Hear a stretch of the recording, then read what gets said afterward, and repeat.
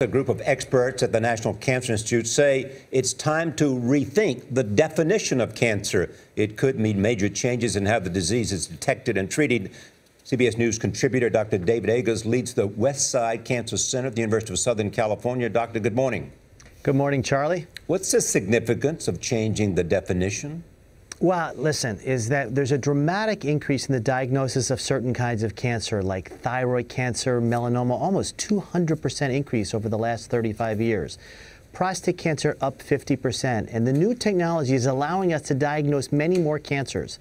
The problem is many of these cancers aren't going to ever cause a problem.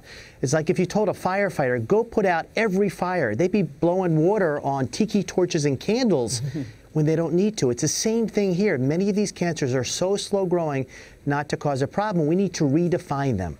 So one concern we keep hearing is overdiagnosis and overtreatment. What exactly does that mean, number one, and how does that happen?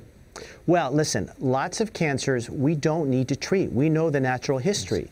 So there are many, for example, prostate cancers, thyroid cancers, and breast cancers that don't necessarily need to be treated. If you treat them and undergo some radical therapy like surgery or radiation, there can be lots of side effects when it's not needed.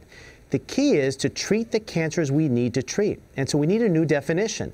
There's a particular kind of breast cancer that was called ductal carcinoma in situ. And in fact, it's not a cancer. Yet some of them can turn aggressive. So we need to better define and have the communication with the doctor and the physician to really understand what to do. So that's the question, a conversation between the patient and the doctor over what to do if they have cancer. Listen, most of the time it's not a black and white decision. I hate to use this term nowadays, but it's a shade of gray.